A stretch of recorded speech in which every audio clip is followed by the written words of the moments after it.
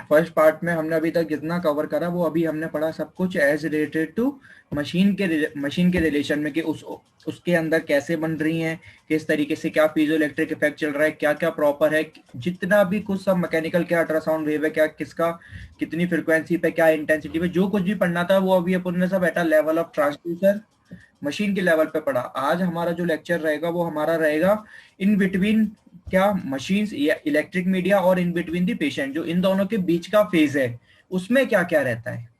आज उस फेज को कंप्लीट करेंगे, फिर कल हम कंप्लीट करेंगे कि पेशेंट के अंदर क्या क्या चेंजेस रहते हैं। तो आज इस फेज को हम टच करेंगे। अभी जो हमारा फर्स्ट टॉपिक है वो है कपलिंग मीडिया। कपलिंग मीडिया का मतलब क्या है? इससे पहले के सारे टॉपिक हम कवर कर चुके हैं, जितने भी इससे पहले के टॉपिक है सारे टॉपिक हम कवर कर चुके हैं। तो कपलिंग मीडिया का यहाँ कहने का क्या मतलब हो रहा है, हम कल देख के आ चुके थे। हम कल ये हमारे माइंड में एक पिक्चर बहुत क्लियर हो गई थी कि अल्ट्रासाउंड वेव से वो ईयर में मिनिमम ट्रांसमिट कर रहे हैं। क्यों कर रहे हैं? मैंने आपको बताया था कि उनके मॉलिक्यूल के बीच में क्या स्पेस होता है और वो स्पेस में क्या है, ट्रेवल कर इजिली क्या हो जाता है, उनमें फंस के रह जाते हैं। और वहीं हम आपसे बोल रहे थे कि जहां वो क्या हो रहा है, गैस से फिर वाटर समझ लो, फिर मसल्स, बोन, जहां वो पर्टिकुलर प्योर सॉलिड्स थे वहां मॉलिक्यूल्स बिल्कुल चिपके हुए थे। तो उनमें उनको ट्रेवल करने में कोई प्रॉब्लम नहीं आ रही थी। क्यों? क्योंकि दो मॉलिक्यूल के बीच में कोई डिस्टेंस नहीं था जो उसको इंटरप्ट करे। यानी हमारे माइंड में पिक्चर क्लियर हो गई थी कि एयर उसको डिस्टर्ब कर रहा था।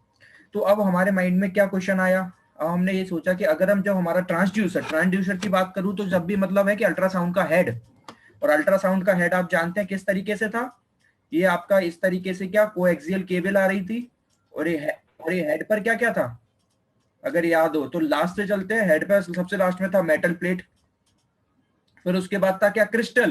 क्रिस्टल का भी हो सकता था, क्वार्ट्स का हो सकता था, है ना, कोई भी चीज, क्वार्ट्स हो जाए, बेरियम टाइटेनेट हो जाए, लीड जिरकोनेट हो जाए, या रिक्टल कोबाल्ट फेराइट क्रिस्टल, कोई भी हो जाए।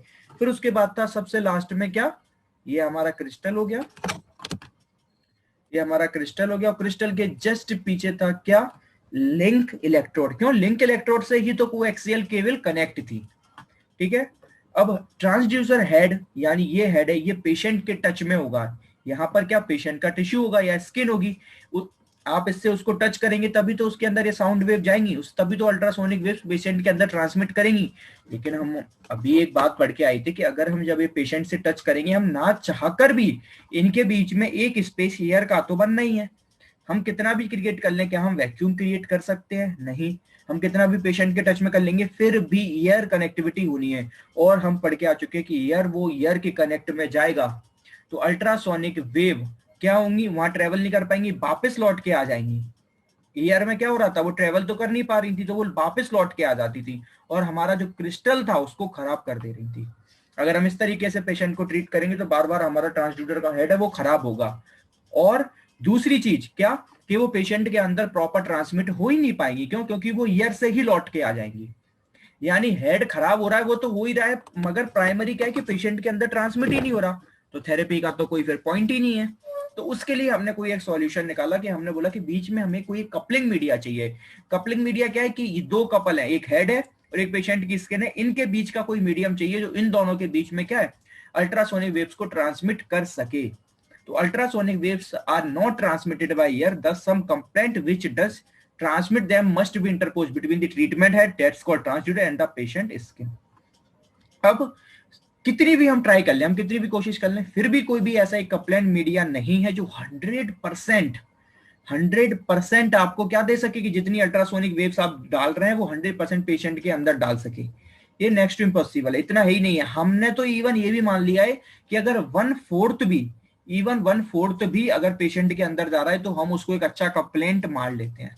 इवन 1/4, यानी क्या, इस transmit to even most efficient couplant reduces the applied dose by a quarter, हम उसको भी मान लेते हैं। क्या कपलिंग एजेंट, हम उसको भी मान लेते हैं जो 1/4 भी करते। और ईयर तो हमें पता है ईयर कितना करता है, 0 ट्रांसमिशन। और ईयर के अंदर वेलोसिटी कितनी थी, याद है कि ईयर के अंदर वेलोसिटी 344 मीटर पर सेकेंड वेलोसिटी थी। ठीक है, सबसे कम मिनिमम वेलोसिटी थी। तो ईयर के अंदर क्या ट्रांसमिशन क्या है, 0 है। तो हमें बीच में कोई कपलिंग मीडिया चाहिए जो क्या करे, जो अल्ट्रासोनिक वेव को है, काय चाललं नवीन? जो अल्ट्रासोनिक वेव को हेड से लेके बॉडी के स्किन के अंदर, पेशेंट के स्किन के अंदर ट्रांसमिट कर सके। यानी क्या, वो इनके बीच में एक एजेंट होगा। अब वो कैसा हो, अब क्या है, बहुत सारे ये निकाल के गए तो हमने क्या देखा कि सबसे मोस्ट निकला वो था एक्वासोनिक जेल। ये सबसे हाईएस्ट ट्रांसमिट कर रहा था, एफिशिएंसी ऑफ ट्रांसमिशन सबसे मैक्सिमम कितनी निकली, सिर्फ 72.6%, यानी 100% तो सोचना, 80% भी नहीं, मैक्सिमम 72.6% है कि जितना आप ट्रांसड्यूसर हेड में प्रोड्यूस कर रहे हैं उतना पेशेंट के स्किन के अंदर, पेशेंट के अंदर एक्वासोनिक जेल लगाएंगे तो वो सिर्फ और सिर्फ, अगर 100% वेव्स जर्मिनेट हो रही हैं तो इसके थ्रू सिर्फ 72.6 ही पेशेंट के अंदर जा पाएंगे, और ये मैक्सिमम है। फिर उसके बाद सबकी रेंज आपको याद होनी चाहिए। एक्वासोनिक जेल की मैक्सिमम होती है, फिर ग्लिसरॉल की 67, डिस्टिल्ड वाटर 59, लिक्विड पैराफिन 19, और पेट्रोलियम और जेली और एयर की कितनी है, 0। इसीलिए इससे ये पॉइंट भी क्लियर होता है कि हमको बार बार बोलते हैं क्या, कि हेड को कभी भी एयर में नहीं रखना। क्यों नहीं रखना, आप जैसे ही रखेंगे वो ट्रेवल नहीं कर पाएंगे, वापस लौट के आएंगे और वो आपके क्रिस्टल को तोड़ देंगे, यानी आपका हेड हो जाएगा खराब। तो इसलिए हेड में नहीं रखा जाता। और बोन में क्यों नहीं रखते, वो भी मैं आपको बता चुका था कि बोन के अंदर सबसे मैक्सिमम हाईएस्ट थी कितनी, 3500 मीटर पर सेकंड की वेलोसिटी से ट्रेवल कर रहा था, यानी बहुत खतरनाक तरीके से, और उसको भयंकर तरीके से पियर्स कर रहा था। और इसका हमें काम पता है, अल्ट्रासाउंड का क्या काम है, हीट अप करना, हीटिंग करना। अगर वो इतनी स्पीड से किसी भी बोन को हीट करेगा तो आप सोचने वाले हैं क्या क्या रिजल्ट आने वाले हैं, हम उन सबको आगे पढ़ेंगे। इसीलिए हम क्या बोलते हैं कि किसी भी स्किन पर, अगर आपको स्किन पर बोनी प्रोमिनेंस दिख रहा है, जैसे आपके हैंड्स हैं, नकल्स हैं, ये जहां भी, जैसे एल्बो, जहां भी बोनी प्रोमिनेंस है वहां पर अल्ट्रासाउंड का हेड नहीं लगाना, वरना वो क्या प्रॉब्लम क्रिएट करेगा, अभी ये समझिए क्या करेगा, हम उसको आगे देखेंगे। तो अब हमारे माइंड में डेफिनेशन आनी चाहिए कि कपलिंग एजेंट हमने समझ लिया। सबसे बड़ी चीज है कि कपलिंग एजेंट के अंदर, जो कपलिंग मीडिया है उसके अंदर क्या क्या क्वालिटीज होनी चाहिए, बेस्ट क्वालिटीज क्या होनी चाहिए। पहला होना चाहिए an acoustic impedance similar to the tissue. What is acoustic impedance, पढ़ के निकल जाएंगे, ठीक है कोई बात नहीं, लेकिन एकॉस्टिक इंपीडेंस हमें समझ आना चाहिए। एकॉस्टिक इंपीडेंस का मतलब है, रेजिस्टेंस वर्ड सुना है, रेजिस्टेंस, जो रेजिस्टेंस वर्ड हम जब भी यूज करते हैं वो नॉन लिविंग के लिए करते हैं। Impedance of tissue, it's a kind of resistance, but when we talk about the living, तो जब हम टिश्यूज की बात करते हैं तो वहां पर वर्ड आ जाता है इंपीडेंस। यहां ये कहने वाले हैं कि जितना टिश्यू का इंपीडेंस है, रेजिस्टेंस है, मतलब जितनी क्वांटिटी, अगर उतना ही कपलिंग एजेंट का होगा तो प्रॉपर अमाउंट में ट्रांसमिट होगा। अगर आप सोचो कपलिंग एजेंट प्रॉपर तरीके से ट्रांसमिट क्या हो, रेजिस्टेंस स्किन का ज्यादा हो और इसका कम हो तो प्रॉपर ट्रांसमिट नहीं हो पाई, यानी जितना इंपीडेंस आपके स्किन के टिश्यू का है उतना ही इंपीडेंस अगर कपलिंग मीडिया का भी है तो प्रॉपर ट्रांसमिट होगा। यानी एकॉस्टिक इंपीडेंस की डेफिनेशन क्या कहती है, सुनना ध्यान से, it is a physical property of tissue. क्या एकॉस्टिक इंपीडेंस मतलब, it is a physical property of tissue, it describes how much resistance and US beam encounters as it passes through a tissue. क्या बोल रहा है कि ये tissue की property है जो बताती है कि हाउ मच रेजिस्टेंस, कितना रेजिस्टेंस लग रहा है अगर यूएस बीम एनकाउंटर्स कर रही है आपके टिश्यूज को। अगर जब यूएस बीम आपके टिश्यू को एनकाउंटर कर रही है तो वो कितना रेजिस्टेंस फील कर रही है, उसको बोलते हैं एकॉस्टिक इंपीडेंस। उतना ही रेजिस्टेंस कपलिंग मीडिया का होना चाहिए, तो इक्वल अमाउंट में ट्रांसमिशन आपका अच्छे से होगा। ये पहला पॉइंट। दूसरा पॉइंट क्या है कि हाई ट्रांसमिटिविटी होनी चाहिए अल्ट्रासाउंड की। सब बहुत अच्छी बात है, हाई ट्रांसमिटिविटी मतलब क्या, यही तो जो एक्वासोनिक जेल है वो 72.9 कर रहे हैं, ग्लिसरॉल 67, तो ये जितना हाई होगा उतना ही अच्छा होगा। हाई विस्कोसिटी होनी चाहिए। विस्कोसिटी का मतलब क्या, हिंदी में बोले तो गाढ़ापन। क्या, जितना ज्यादा विस्कस होगा उतने अच्छे से वो ट्रांसमिट कर पाएगा। क्यों, आप खुद इमेजिन करके देखो, अगर लेस विस्कस होगा तो वो चीज आप स्किन पे डालोगे वो नीचे ही सब क्या ट्रेवल बह जाएगा, तो क्या मतलब, फिर आप कैसे अल्ट्रासाउंड के हेड को और स्किन के बीच में रफ कर पाओगे। तो विस्कोसिटी भी अच्छी चाहिए, यानी अच्छा खासा थिक होना चाहिए। Plus low susceptibility to bubble formation. ये क्यों बोल रहे हैं कि what the mean of low susceptibility to bubble formation, जो एजेंट है उसके बीच में bubble formation minimum to minimum. क्यों, कल ही हम पढ़ के आए थे कि अगर बबल बन रहा है या कुछ भी बन रहा है तो उससे क्या हो रहा था, अल्ट्रासाउंड बीम स्कैटर्ड हो रही थी। जैसे अगर वो किसी पर्टिकुलर चीज से टकरा रही थी, जब बबल हो या कुछ भी हो, उनसे अगर वो टकरा के क्या अपने पाथ से चेंज हो रही थी, यानी रिफ्लेक्ट हो रही थी। तो बहुत बड़ा पॉइंट है कि अगर कपलिंग एजेंट में बबल बना तो उससे यूएस बीम टकरा के अपने पाथ से रिफ्लेक्ट हो जाएंगी, तो पहुंचना कहीं और था, पहुंच कहीं और जाएंगी। ठीक है। फिफ्थ क्या, केमिकल इनएक्टिव नेचर, यानी क्या बहुत बड़ा पॉइंट के आप वो यूज तो कर रहे अच्छी बात है, मगर वो कहीं ऐसा ना हो कि स्किन के लिए क्या हो, कोई केमिकल रिएक्शन चला दे और स्किन पर आपके कुछ ना कुछ क्या कोई भी कर दे, रैशेस कर दे या कुछ भी कर दे। तो केमिकली इनएक्टिव होना चाहिए। हाइपो एलर्जिक कैरेक्टर, अब इन्होंने हाइपो एलर्जिक क्यों बोला, क्यों नहीं बोला अनएलर्जिक, जो एलर्जी ऐसा नहीं होता। कोई भी चीज अगर आप कोई भी ट्रांसमिशन कोई भी चीज आप स्किन के ऊपर यूज कर रहे हो, तो भले वो 10 आउट ऑफ 10 में से 9 लोगों को नहीं करेगी, मगर एक को कुछ ना कुछ करेगी। क्यों करेगी? क्योंकि कोई ना कोई तो हाइपर सेंसिटिव होगा। इसलिए हम यहाँ हाइपो एलर्जिक वर्ड यूज कर रहे हैं कि थोड़ा बहुत तो एलर्जी वो देने वाला है। और फिर seventh one, relative sterility. Relative sterility का मतलब क्या, स्टेराइल होना चाहिए। ये नहीं कि वो बैक्टीरियल और ये सब ट्रांसमिशन कर दे, तो वो ट्रांसमिशन को भी रोके। और सबसे मोस्ट इंपॉर्टेंट पॉइंट के चीप होना चाहिए। ऐसा कोई जेल यूज करें, क्योंकि ये हमारे डेली रूटीन के लाइफ में हम इसको यूज करते हैं। अगर ये कॉस्टली होगा तो फिर हम किस तरीके से ट्रीटमेंट कर पाएंगे? ठीक है, तो ये एग्जाम में आता है, कपलिंग मीडिया और एक कैरेक्टरिस्टिक और ये सब पूछते हैं। और नाइन्थ सबसे इंपॉर्टेंट, जो आप अपनी अगर अल्ट्रासाउंड यूज करते हैं तो वो क्या, कि स्मूथ होना चाहिए। वरना आप हेड को जब स्किन के ऊपर घुमाओगे और वो स्मूथ नहीं होगा, रेजिस्टेंस होगा, तो किस तरीके से काम चलेगा? तो वो पेशेंट के लिए कितना इरिटेट होने वाला है, और प्लस आपका हेड भी मूव नहीं करेगा। तो वो लुब्रिकेंट क्या एकदम स्मूथ होना चाहिए, जिससे वो इजिली स्किन के ऊपर क्या कर सके, स्मूथली घूम सके। ठीक है, ये हमारा था कपलिंग मीडिया के ऊपर। नेक्स्ट टॉपिक है ट्रीटमेंट पैरामीटर्स। अब हम बात आ गई कि ट्रीटमेंट हमने स्टार्ट, अगर हम स्टार्ट करेंगे, अभी हमने स्टार्ट नहीं करा कुछ भी, आज सिर्फ हम उन दोनों के बीच की फेज की बात करेंगे। अगर हमें ट्रीटमेंट देना है तो हमें किस तरीके से देना है, तो क्या क्या पैरामीटर होने चाहिए ट्रीटमेंट के लिए?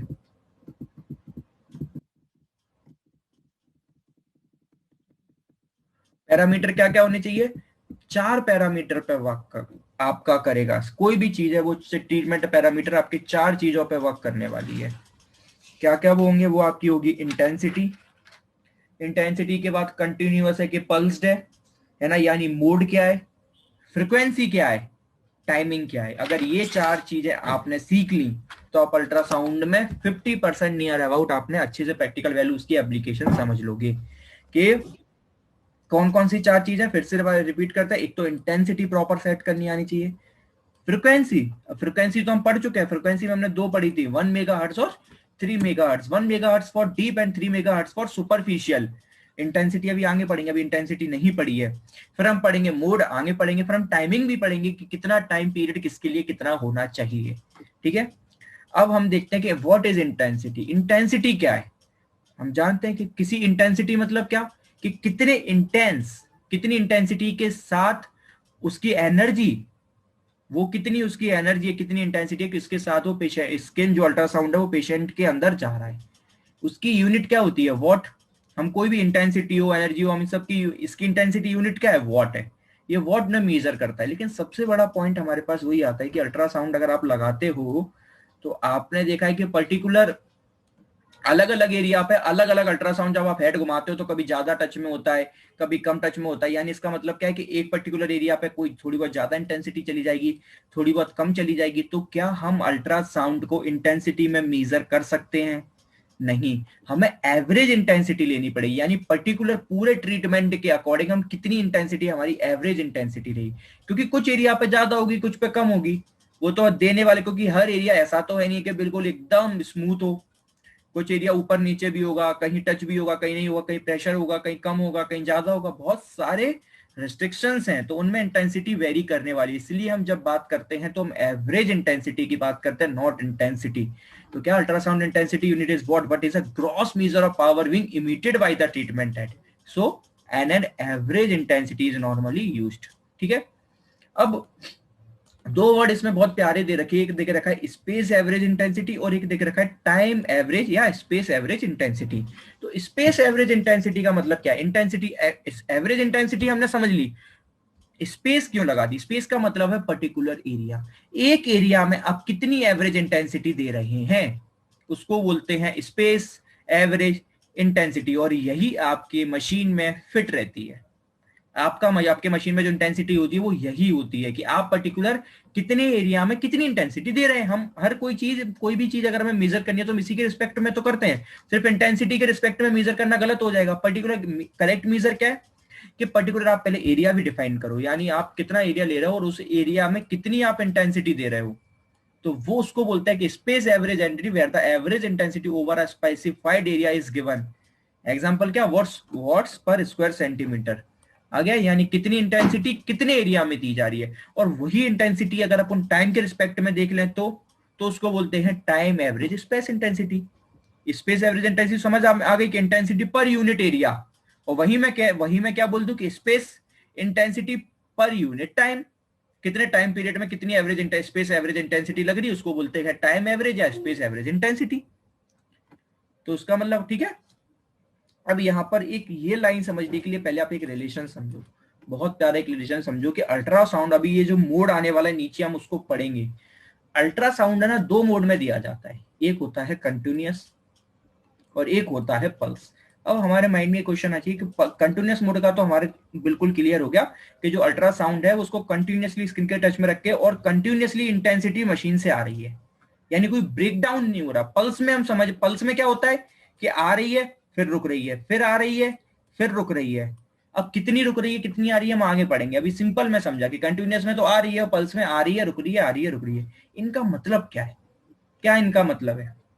इनका मतलब यह है कि अगर मैं आपसे बोल दूं कि मैंने 0.5 वॉट पर एरिया पर सेंटीमीटर स्क्वायर मैंने कंटिन्यूअस में दी, इसका मतलब क्या कि कंटिन्यूअस दी मैंने 2 मिनट के लिए, यानी 2 मिनट में 0.5 2 मिनट तक कंटिन्यूअसली जाती रही। और मैं आपसे कहूं कि मैंने 0.5 2 मिनट के लिए पल्स में दी, तो आप पूछोगे ठीक है पल्स में दी तो पल्स में कितनी पल्स पे दी? अलग अलग रेंज है, याद करने की कोई जरूरत नहीं है, मशीन में आजकल प्री सेटअप आने लगे, 1:1 है, कुछ भी हो सकती है, हो कुछ भी सकते हैं, लेकिन आजकल अपन ने क्या एक आइडियल ले लिया कि 1:2 1:4 1:7, ये अपन ने आइडिया ले लिया, ये अपन ने क्या इन जनरल ले लिया, बाकी कुछ भी हो सकती है मशीन में, अपन ने इतना इन जनरल सेट करके रख लिया कि इतने पे कर लेते हैं। इसका मतलब क्या है, यहाँ मतलब समझना बहुत प्यारा मतलब है। इसका मतलब क्या है कि अगर 1:1 का मतलब है कि अगर हम 1 सेकंड मान रहे हैं, 1 सेकंड मान रहे हैं, तो वो इंटेंसिटी जो 0.5 है वो 1 सेकंड के लिए आ रही है, फिर 1 सेकंड के लिए स्टॉप हो गई। यानी ये क्या है, ये पॉइंट है जहां पर इंटेंसिटी आ रही है, और यहां पर इस पॉइंट पर क्या पॉइंट ऑफ वॉइड है, खालीपन है, यहां पर इंटेंसिटी नहीं आ रही है। अगर मैं 1:2 बोलूं तो 1 सेकंड के लिए आई 2 सेकंड का होल्ड, मैं 1:3 बोल दूं तो 1 सेकंड के लिए आई 3 सेकंड का होल्ड, मैं 1:4 बोल दूं तो 1 सेकंड के लिए आई 4 सेकंड का होल्ड, 1:7 के लिए बोलूं तो 1 सेकंड के लिए आई 7 सेकंड का होल्ड। इतना क्लियर हुआ? ये बिल्कुल सिंपल रिलेशन। अब इनके बीच में मैं आपको एक रिलेशन पूछूं, सपोज करो कि 0.5 अगर कंटिन्यूअस के लिए तो वो तो 0.5 के लिए है। अगर मैं आपको बोलूं कि 0.5 मैंने आपको 1:4 पे दी, 0.5 मैंने क्या आपको 1:4 पे दी, तो उसका मतलब आप क्या बोलोगे कि सर कि जो 1 सेकंड के लिए 0.5 इंटेंसिटी आई, फिर 4 सेकंड के लिए नहीं आई। ये तो आइडियली सिचुएशन है, होता यही है। लेकिन मैं बोलूं कि सर इसका एवरेज क्या हुआ, इसका एवरेज क्या हुआ, तो आप बोलोगे कि इसका एवरेज ऐसे मान लो कि जैसे जो 0.5 है ना, इसको 5 टुकड़ों में डिवाइड कर दो। मैंने क्यों 5 टुकड़ों में, क्यों, क्योंकि 1:4 है, ये 5 हो गई, क्यों 1 सेकंड के लिए आई और 4 सेकंड के लिए, ये टोटल सेकंड कितने हो गए, बोले 5 सेकंड हो गए, तो उसको 5 टुकड़ों में डिवाइड कर दो, यानी पर टुकड़े में कितना आया 0.1। यानी हम ये भी बोल सकते हैं कि पूरे 5 सेकंड के लिए 0.1 इस तरीके से 5 सेकंड तक कंटिन्यूअस इंटेंसिटी आती रही। लेकिन ऐसा हुआ नहीं, ऐसा हम मान सकते हैं कि ऐसा हुआ, या फिर ऐसा मान लो कि 0.5 है वो 1 सेकंड के लिए 4 सेकंड का गैप था। अगर मैं बोल दूं कि अगर तो ठीक है, ये तो आपने एक बार बोल दिया। अगर मैं इसका मैं आपसे पूछूं कि एवरेज क्या रहा, फिर ठीक है 1:4 में आपने बोल दिया कि 1 सेकंड के लिए 0.5 आई, 4 सेकंड का गैप रहा। मैं पूछूं कि एवरेज क्या रहा, तो आप बोल दो कि एवरेज ये रहा कि एवरेज हम क्या बोलते हैं, एवरेज में कब बोलते हैं, एवरेज में ओवरऑल की बात करते हैं, तो एवरेज ये रहा, लगभग ये रहा कि हर 1 सेकंड में 0.1 रही, इसलिए तो टोटल 5 सेकंड में 0.5 मिल गई। ठीक है, बिल्कुल सही बात है, बिल्कुल। तो फिर इसका रिलेशन कंटिन्यूअस से कैसे निकाल सकते हो? अब मुझे आप एक बात बताओ कि 0.5 वाली अगर आप उसको कंटिन्यूअस पे दे रहे हो 2 मिनट के लिए, और मैं आपसे बोलूं कि 0.5 वाली आप पल्स मोड में दे रहे हो 1:4 में, 1:4 में कितने 2 मिनट के लिए, तो इसके और इसके बीच में क्या रिलेशन हुआ कि 0.5 की कंटिन्यूअस 2 मिनट के लिए दे रहे हो तो 0.5 ही है, बल्कि आप 0.5 की 1:4 में दे रहे हो तो 1 सेकंड में कितने के लिए हो रही है वो 0.1 की, और ये 1 सेकंड में कितने की हो रही है, तो हर सेकंड में 0.5 की है। ये तो हर सेकंड में 0.5 की है ना, और ये तो बल्कि इसको एवरेज देखोगे तो ये हर सेकंड में 0.1 की हो रही है, क्योंकि ये 1:4 के रिलेशन में है। और मैं अगर ये बोल दूं ये 1:4 के में नहीं है, 1:2 के में है, तो कितनी हो जाएगी ये 0.25 हो जाएगी, उसमें क्या है 0.25 हो जाएगी। क्यों? क्योंकि 1:2, अगर मैं आपसे बोल दूं कि 1:1 के रिलेशन में है, 1:1 यानी टोटल कितने हो गए 2, तो 0.5 का आधा करो कितना हुआ, तो 0.25। तो ये रहा। अगर मैं इसको बोल दूं 1:3, तो 4 में कर दो, तो 0.5 को 4 में डिवाइड कर दो। मैं बोल दूं 1:7, तो टोटल 8 हो गए, तो 8 में डिवाइड कर दो। यही तो हुआ। तो यानी चाहे आप ऐसे कर लो, अगर आप कंटिन्यूअस मोड में 0.5 2 मिनट के लिए दे रहे हो, और वहीं आप 0.5 1:4 के रेशियो में 2 मिनट के लिए दे रहे हो, तो यहाँ हर सेकंड 0.1 पहुंचेगी उस पर, और यहाँ हर सेकंड 0.5 पहुंचेगी, यानी 5 गुना ज्यादा। भले आप दोनों में इंटेंसिटी 0.5 दे रहे हो, मगर यहाँ कंटिन्यूअस मोड है और यहाँ पल्स मोड है, तो इसके ये कितने 5 गुना ज्यादा हो गई, 5 गुना ज्यादा हो गई आपसे। वही तो पल्स और इसमें अंतर रहता है, ये आपको इसलिए समझाए कि लोग समझते हैं अरे 0.5, एक काम करो 0.5 कंटिन्यूअस पे लगा दो या 0.5 पल्स पे लगा दो, एक ही तो पहुंचनी है, एक नहीं पहुंचनी है। जब एवरेज चेक करोगे तो उसके 5 गुना ये आधी रह गई। तो आपको समझना पड़ेगा, अगर आपको 0.5 कंटिन्यूअस में देनी है तो आपको यहाँ पर 0.5 नहीं देनी पड़ेगी, यहाँ पर आपको क्या 2.5 करनी पड़ेगी इंटेंसिटी, तब आपको हर सेकंड 0.5 मिलेगी। यानी पल्स या मैं आपसे ये भी बोल सकता हूं सिंपल लैंग्वेज में कि 0.5 कंटिन्यूअस 2 मिनट के लिए और 2.5 पल्स में 1:4 के पल्स है। पल्स लिखना बहुत जरूरी कि 1:4 में ले रहे हो, 2 में ले रहे हो, 1 में ले रहे हो, 7 में, किस में, मैं 1:4 में इसलिए ले रहा हूं क्योंकि कॉमन एग्जांपल है। तो 1:4 में इसका एक में कितना हो गया 0.5। ये दोनों तब एक दूसरे के इक्वल होंगे जब आपसे कोई पूछे कि कब इंटेंसिटी इक्वल होगी, जब 0.5 के 2 मिनट में कंटिन्यूअस और 2.5 में 1:4 पे 2 मिनट के लिए, तब दोनों की इंटेंसिटी इक्वल होनी है हर सेकंड के रिलेशन में, ओवरऑल में नहीं, एवरेज तब इक्वल होगी। तो जब भी आप पेशेंट को दे रहे हैं तो ये बात ध्यान रखिए, आप पल्स दे रहे हैं अच्छी बात दे रहे हैं, ये सब इसमें नहीं लिखा है इतना डीप में जो आपको समझा रहा हूं। ये इसलिए समझाई कि लोग पल्स में तो दे देते, क्या करा, जैसे हमने बोला, मैंने देखा कि कंटिन्यूअस किसी को 0.8 बोली है तो 0.8 कंटिन्यूअस में दे रहा, उन्होंने बोला कि काम मत करो, इसको कंटिन्यूअस में मत दे दो, इसको पल्स में दे दो। बोले क्यों? क्योंकि अच्छी बात है पल्स में इसलिए दे दो क्योंकि एक्यूमुलेशन नहीं होगा। तो एक्यूमुलेशन का मतलब क्या? एक्यूमुलेशन का मतलब होता है हैबिचुअल। हमारी बॉडी की आदत है, आप कोई भी चीज उसको 2 या 3 दिन दे दो कंटिन्यूअस, उसको उसकी तुरंत आदत लग जाती है, फिर वो उतने पे काम नहीं करती। इसलिए हमने चाहे, अगर आपने टेंस पढ़ा हो तो उसको भी हमने, चाहे ईएमएस पढ़ा है, हमने हर करंट को सर्च करा था, हमने हर करंट को सर्च करके ही दिया था क्या, कि पेशेंट पर्टिकुलर उस चीज के लिए एक्यूमुलेट ना कर पाए। अगर एक्यूमुलेट कर जाएगा तो जो आज ट्रीटमेंट उसको मिल रहा है, कल आप भले उसी इंटेंसिटी पर ट्रीटमेंट दोगे, पेशेंट को कोई असर नहीं दिखेगा। और फिर आप बोलोगे अरे ये तो 5 दिन हो गए, कोई ट्रीटमेंट में रिलीफ ही नहीं मिल रहा। क्यों नहीं मिल रहा? क्योंकि बॉडी 2 दिन के बाद उस चीज के लिए हैबिचुअल हो गई, उसको फर्क ही नहीं पड़ रहा। ये हर चीज में होता है। आप कंटिन्यूसली दवाई खिलाओ एक महीने तक, पेशेंट को फिर उस दवाई पे असर ही नहीं होगा। क्यों? क्योंकि उसकी बॉडी उस चीज के लिए अडेप्ट कर गई। इसके लिए पल्स होना, एक्यूमुलेशन को रोकने के लिए पल्स होना बहुत जरूरी है। तो इसलिए आपने ये तो दिमाग लगाया कि अरे एक काम करो, आप इनको 2 दिन से कंटिन्यूअस दे रहे हो ना, आप इसको पल्स पे कर दो, कंटिन्यूअस मत दो, नहीं तो पेशेंट को क्या इस चीज की आदत पड़ जाएगी। हमने ठीक है भैया कर देते हैं। 0.8 को आपने बोल दिया पल्स में दे दो 1:4 में। अब आपने ये तो दिमाग लगाया नहीं कि 0.8 का क्या 0.8 रहा, यहाँ 0.8 के 5 टुकड़े हो गए, तब इतना हर सेकंड में पहुंच रहा है। यानी आपने ना चाह के इंटेंसिटी और कितनी कम कर दी। अब क्या पेशेंट रिलीफ होगा? पेशेंट को रिलीफ मिलेगा? आप खुद सोच के देखो, जब इंटेंसिटी इतनी कम होगी तो पेशेंट को रिलीफ वैसे ही नहीं मिलना, क्योंकि आपने इंटेंसिटी इतनी गिरा दी। ठीक है, तो पल्स और जब कंटिन्यूअस में आप चेंज करो तो इंटेंसिटी के रिस्पेक्ट को समझो कि कितनी इंटेंसिटी किधर कब घूम रही है। तो वही लिखा है कि I am time average space average intensity can be used when the ultrasound is being applied in a pulse mode and gives average intensity over the whole stream। वही लिखा है कि 1:4 का रिलेशन मैंने बताया। अगर 0.5 आप कंटिन्यूअस दे रहे हो तो वो कंटिन्यूअस हर टाइम है, वहीं आप 0.5 को 1:4 के रिलेशन में दे दो तो वो कितनी हो जाती है पर सेकंड? 0.1 पर। क्यों? क्योंकि उसके 0.5 के 5 टुकड़े कर दिए आपने, तो एवरेज 0.1 हो गया। तो इस रिलेशन को आप बिल्कुल अच्छे से याद रखेंगे। अब ये रेशियो मैं आपको बता चुका हूं कि बहुत सारे रेशियो बनाए गए, मार्क और स्पेस रेशियो। मार्क का मतलब है कि उस टाइम पे आ रही है, स्पेस का मतलब कि उस टाइम पे वॉइड है, वेकेंट है, उस टाइम पे नहीं आ रही है। बहुत डिफरेंट डिफरेंट वेरिएबल रेंजेस बनाई गई, लेकिन मोस्ट कॉमन रेंजेस 1:1, 1:4 और 1:7 है। ये आपको हर मॉडलिटी मिलेगी, 1:2 भी मिलती है, ठीक है। बुक में 1:2 नहीं लिखा है, लेकिन ये एवरेज है। अब ये रिफ्लेक्शन ऑफ अल्ट्रासाउंड का एक बहुत बढ़िया लॉ है, और ये पूछते हैं 2 नंबर में कि what is reflection of ultrasound. बहुत प्यारा लॉ दिया। अगर आपको एक्वेस्टिक एम्पिडेंस की डेफिनेशन मैंने ऊपर बहुत प्यारे तरीके से समझाई, अगर समझ आ गई तो ये आपको पूरा लॉ समझ आ जाएगा।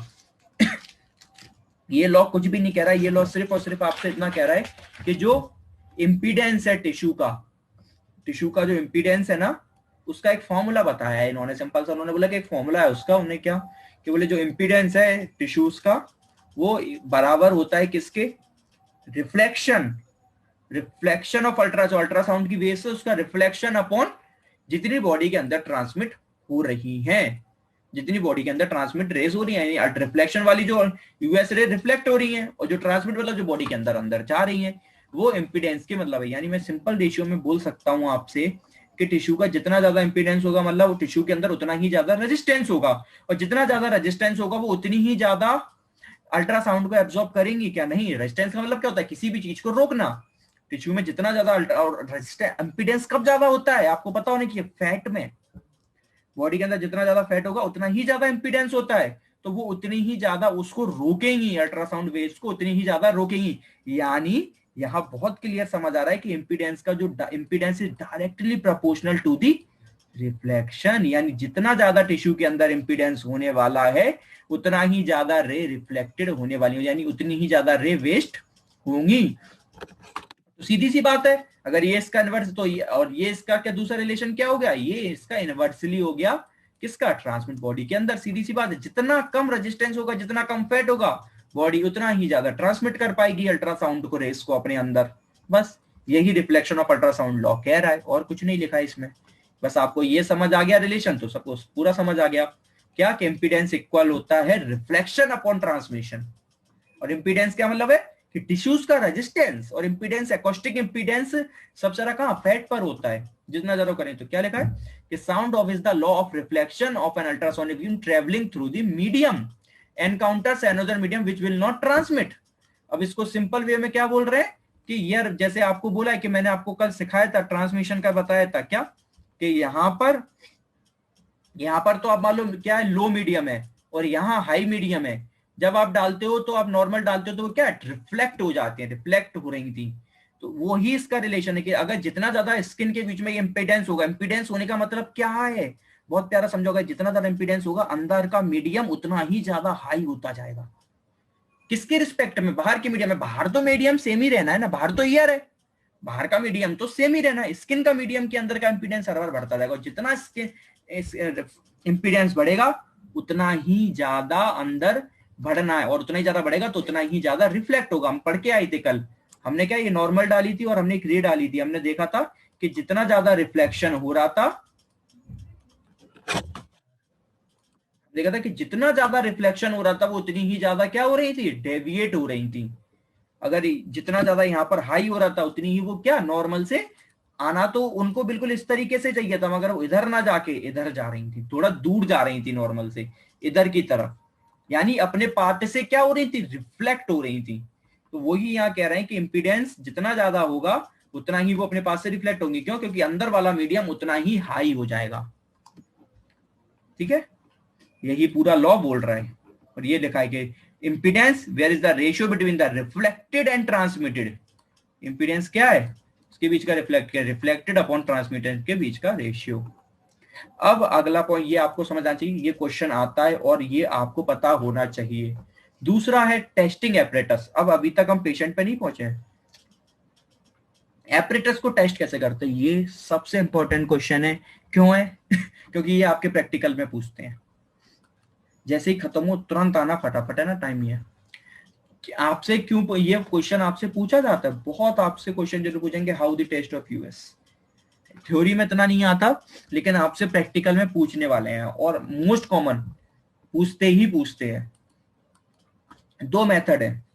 ये मेथड तो बहुत हाई फाई मेथड है, पहले इसको समझा देते बुक वाला, फिर एक दूसरा बताता हूं। इसमें क्या करा इन्होंने, कुछ नहीं करा, अल्ट्रासाउंड हेड है उसको वाटर के अंदर डाला, ठीक है, वाटर के अंदर डाला। अब बीम ऐसे ट्रेवल करेंगे और इन्होंने एक यहाँ पर मेटल की प्लेट लगा दी, क्यों? क्योंकि अल्ट्रासाउंड वेव उससे टकराएंगी और टकरा के ऊपर की तरफ जाएंगी, जैसे ऊपर जाएंगी तो यहाँ पर क्या बबल्स बनेंगी। अगर यहाँ पर बबल्स बने तो उसका मतलब क्या कि आपका अल्ट्रासाउंड चालू है।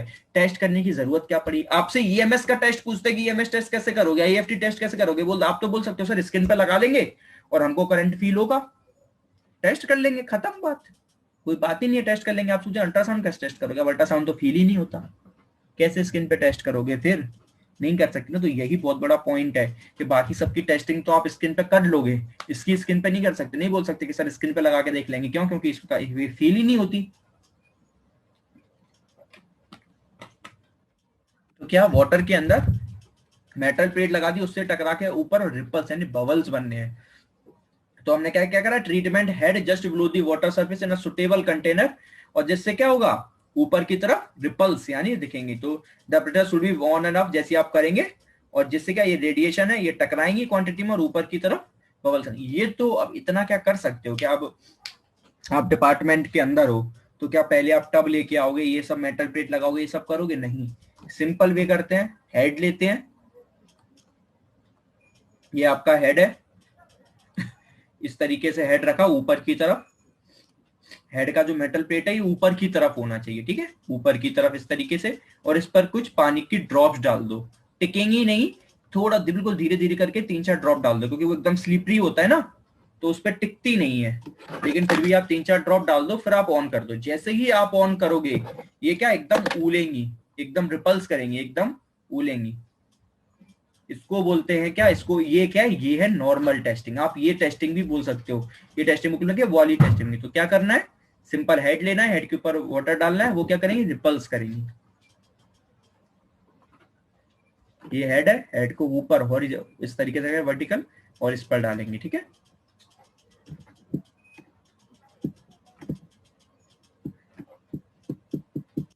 अब technique and method of application, ठीक है, बाकी सब तो सीख लिया, लेकिन इसको लगाने की टेक्निक क्या है, क्या क्या चीजें हैं जो हमें, जिन पे मेन हमें ध्यान रखना है। ये सारी चीजें तो आप समझते हैं कि प्रिपरेशन ऑफ अ पेशेंट, वो ही सारी ये, लेकिन देखो ये याद रखनी पड़ती है, एग्जाम में बिल्कुल इसी तरीके से लिखनी पड़ती है। क्या, skin should be washed and hair removed, और ये सारी चीजें आप पढ़ लेना, ये बिल्कुल एग्जाम में उसी तरीके से। फिर आपसे क्या, एग्जामिनेशन एंड टेस्टिंग, किसी भी एक, कभी भी अल्ट्रासाउंड को बिना टेस्टिंग के नहीं यूज करना चाहिए, क्योंकि वो फील नहीं होता, हमें भी पता नहीं चलेगा और पेशेंट को भी पता नहीं चलेगा कि वो ऑन है भी है कि नहीं। क्या पता हेड वर्क कर रहा है कि नहीं, क्या हेड का क्रिस्टल खराब हो गया, हेड वर्क ही नहीं कर रहा है, लाइट तो ऑन है, सब कुछ चल रहा है, मगर हेड वर्क नहीं कर रहा। तो एग्जामिनेशन बहुत इंपॉर्टेंट है। फिर preparation of the part to be relax, यानी पेशेंट को क्या, उस पार्ट को रिलैक्स करो, फिर वहां पर आपको क्या लगाना है, कपलेंट एजेंट हम बता चुके हैं। फिर सेटिंग अप, सेटिंग अप का मतलब क्या, the patient should be in a comfortable position, ये सब आप पूरा पढ़ लेना, कंफर्टेबल पोजीशन। इसमें मेन इंपॉर्टेंट लाइन क्या कह रही है, ये वाली, अल्ट्रासाउंड थेरेपी क्लोज को क्या क्या होना चाहिए, एक तो सबसे बड़ी चीज क्लोज कांटेक्ट होना चाहिए, क्यों कि जितना हो सके आप उतना एयर को ईयर से निग्लेक्ट करो, ईयर को छोड़ सको, क्योंकि जितना ईयर होगा उतनी ही रे वेस्ट होनी और उतना ही हेड को खराब होने में दिक्कत है और उतनी ही रिफ्लेक्ट होके दूसरी जगह जाने के चांस है। यानी जितना हो सके उतना क्लोज कॉन्टैक्ट आपको रिपेयर करना है, एक पर्टिकुलर एक प्रेशर पे रखना है, ज्यादा प्रेशर पे भी नहीं, कम प्रेशर पे भी नहीं, एक नॉर्मल प्रेशर पे रखना है कि आप एक स्किन को उससे दबा रहे हो, कि आपको लग रहा है कि हाँ अब इनके बीच में कोई गैप नहीं है, तो इतना प्रेशर होना चाहिए। और प्लस उस प्रेशर को ओवरऑल टाइम आपको मेंटेन करके रखना है, ऐसा नहीं है, उस प्रेशर को आपको ओवरऑल टाइम मेंटेन करके रखना है। फिर आपको मूवमेंट करना है, आपको हेड एक जगह रोक के नहीं रखना होता, आपको हेड को कंटिन्यूअसली घुमाते रहना है। किस तरीके से घुमाना है वो आपको बताता हूं, मगर कंटिन्यूअसली घुमाते रहना चाहिए। घुमाते टाइम प्रेशर मेंटेन होना चाहिए, प्रेशर ऐसा नहीं कि रिलीज कर रहा हूं फिर लगा रहे हो, एक बार प्रेशर लगा लिया तो पूरे ट्रीटमेंट के दौरान प्रेशर मेंटेन होना चाहिए।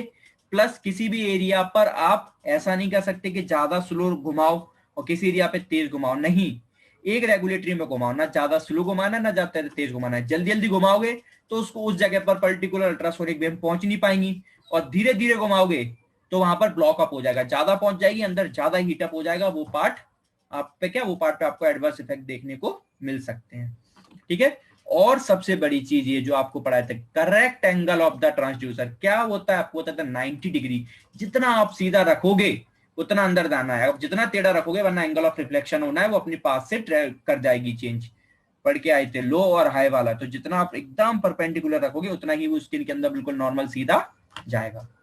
तो एंगल का पे भी ध्यान रखना, एंगल आपसे पूछेंगे तो बिल्कुल करेक्ट परपेंडिकुलर रखने की हमें ध्यान रखनी है।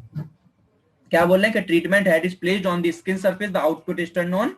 ये सब आप पढ़ लेना वही सारी बातें जो मैंने आपको बता दी। क्या क्या चीजें हमें ध्यान रखनी है, इंस्ट्रक्शंस एंड वार्निंग क्या होनी चाहिए कि पेशेंट को देख लो कि पेशेंट को अगर किसी टाइप का पेन फील हो रहा है या सेंसेशन जो एबनॉर्मल है, तो आप तुरंत उस टाइम पे आप क्या करो, मशीन को बंद कर दो।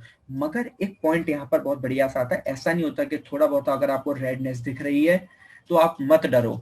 थोड़ा बहुत साइन इसी चीज का साइन भी होता है, क्यों? क्योंकि ये हीटिंग थेरेपी है, और हीटिंग थेरेपी पे थोड़ी बहुत रेडनेस तो आना नॉर्मल है। ये इस चीज का साइन भी है कि आप प्रॉपर ट्रीटमेंट भी कर रहे हो, मतलब कि आप जिस पर्टिकुलर एरिया पर आप अल्ट्रासाउंड दे रहे हो, हाँ वहां पर पर्टिकुलर हीट पहुंच रही है, इसी वजह से तो रेडनेस आ रही है। लेकिन वो रेडनेस एक लिमिट में होनी चाहिए, ये नहीं कि एग्रीवेट करिए, उससे पेशेंट को भी इरिटेट हो रही, इरिटेशन हो रहा है और आपको भी ज्यादा लग रही है। ठीक है, अब इसको कैसे करते हैं अप्लाई? अभी मैंने आपको बोला था कुछ सर्कल्स बनाने होते हैं, तो वो मैं आपको सर्कल बता 4 सर्कल, देखो सबसे इंपॉर्टेंट सर्कल यही है, बाकी बुक में बहुत सारे चारों दिए। क्या? एक तो कॉन्सेंट्रिक सर्कल्स होते हैं। कॉन्सेंट्रिक सर्कल्स का मतलब होता है हमेशा एक जगह पर इस तरीके से, पहले एक आपने ये जैसे आपने ए एरिया डिफाइन कर लिया, तो इस एरिया में आप बिल्कुल बीच से स्टार्ट करेंगे और घुमा घुमा कर बिल्कुल इस पूरे एरिया को इस तरीके से कवर करेंगे, फिर आप वापस घुमाकर लाके फिर वहीं पर उस एरिया पर आ जाएंगे। इसको बोलते हैं कॉन्सेंट्रिक सर्कल। एक होता है कि ये पर्टिकुलर एरिया ओवरलैपिंग सर्कल, क्या कि पर्टिकुलर आप उसी एरिया पहले ऐसे ऐसे घुमाया फिर इस तरीके से घुमाते हुए ले गए, ये कॉन्सेप्ट इस तरीके से। एक होता है फिगर ऑफ 8, फिगर ऑफ 8 में नाम में समझ आ रहा है क्या? इस तरीके से, बिल्कुल इस तरीके से घुमाते घुमाते घुमाते। और एक ट्रांसवर्स ऑफ स्ट्रोक क्या हो गया? बिल्कुल इस तरीके से, इस तरीके। सबसे अच्छा है इंपॉर्टेंट कंसेंट्रिक सर्कल्स, ये पूरे एरिया को कवर करते हैं, कोई एरिया नहीं छूटता, कंप्लीट एरिया को कवर करते हैं। अच्छे, लेकिन इसको देना आना चाहिए। कॉन्सेंट्रिक सर्कल का लोग मतलब समझते हैं बस एक ही जगह पे गोल गोल घुमा दो, अरे ऐसा नहीं होता।